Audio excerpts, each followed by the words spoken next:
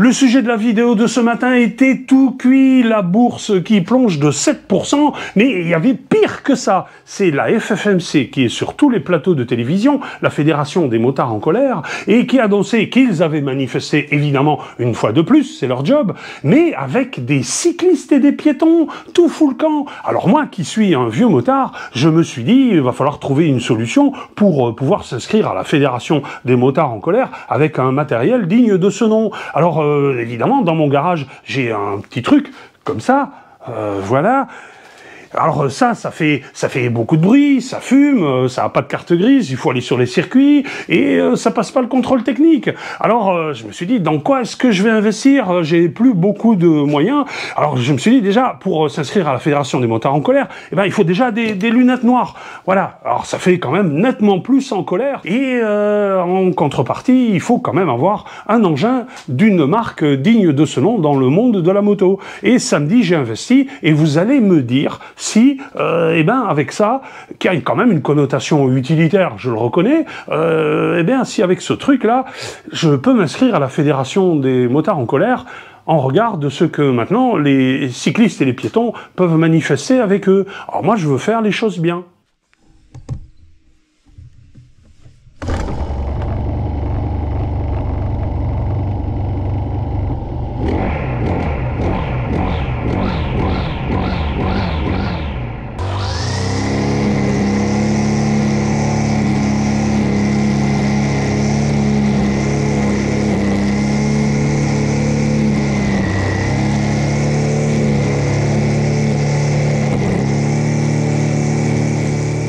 Bon alors, vous avez perdu un paquet de pognon ces jours-ci, hein? Eh ben moi, je me marre. Parce que depuis le temps que je regarde sur YouTube, tous ces grands traders de 15, 20, 25 ans, 30 ans, qui donnent des conseils aux uns et aux autres. Oui, alors il faut acheter ci, oui, alors il faut acheter ça. Alors là, il y a un plus haut, oui, mais la perspective, les technos, les trucs, les machins, l'hydrogène, et oui, et tout ça, et ben voilà, ça vous a pété à la figure, hein? Ah, c'est pas bon, hein, c'est pas bon, puis ça fout la trouille. Vous êtes allé voir le docteur, il vous a donné des antidépresseurs, déjà? Ah bah dites donc, c'est pas simplement un burn-out, c'est déjà une dépression. Ah bah dites donc, vous êtes fragile, hein? Ça y est, maintenant vous savez ce que c'est. Vous avez été cupide pendant des années, et là, eh ben, vous avez eu la trouille. Et maintenant, vous connaissez les deux versants du problème de la vie des investisseurs en bourse. Enfin, de ceux qui se laissent submerger sans vouloir écouter les anciens. Ceux qui investissent à long terme. Vous allez y retourner là ces jours-ci? Allez, on en reparle dans 15 jours, hein? Allez, bon courage, hein? Vous êtes un grand trader, à n'en pas douter, comme tous les traders de YouTube, vous avez acheté des plus hauts et des records, parce que, ben, déjà, vous n'étiez pas seul à le faire, donc ça vous rassurait, et puis que ça fait des années que ça grimpe, et puis qu'il n'y a pas de raison que ça continue pas. Eh ben si, il y avait une raison. C'est que déjà, les arbres ne montent pas au ciel, selon un de ces vieux dictons boursiers, et que, ben, ça y est, le ciel, là, ben, vous savez à quelle altitude il se trouve.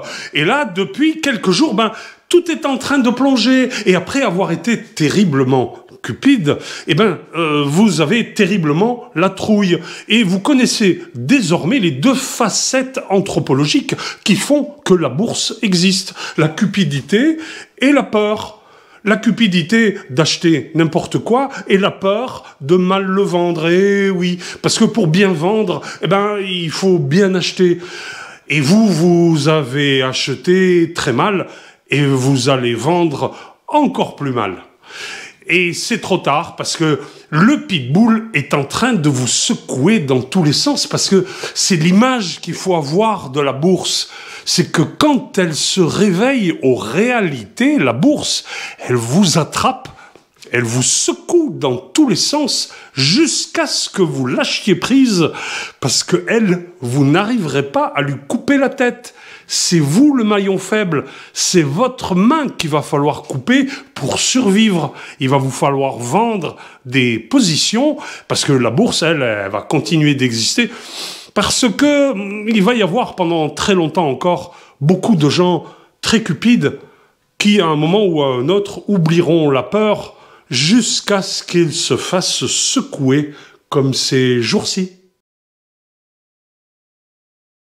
Je vais pas m'excuser d'avoir eu raison. La preuve en est, c'est que certains youtubeurs traders m'ont envoyé des messages pour me dire « ta vidéo de bourse est nulle ».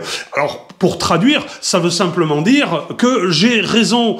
J'ai raison d'avoir prévenu les gens que la bourse, c'était quelque chose de très naturel, de très humain, et qu'il ne suffisait pas d'avoir un bel écran numérique avec un stylet pour faire remonter les courbes comme ça, avec un blabla technique extrêmement ésotérique qui vous conforte dans votre position de trader conseiller youtubeur, à la limite d'ailleurs de la légalité, je vous le rappelle.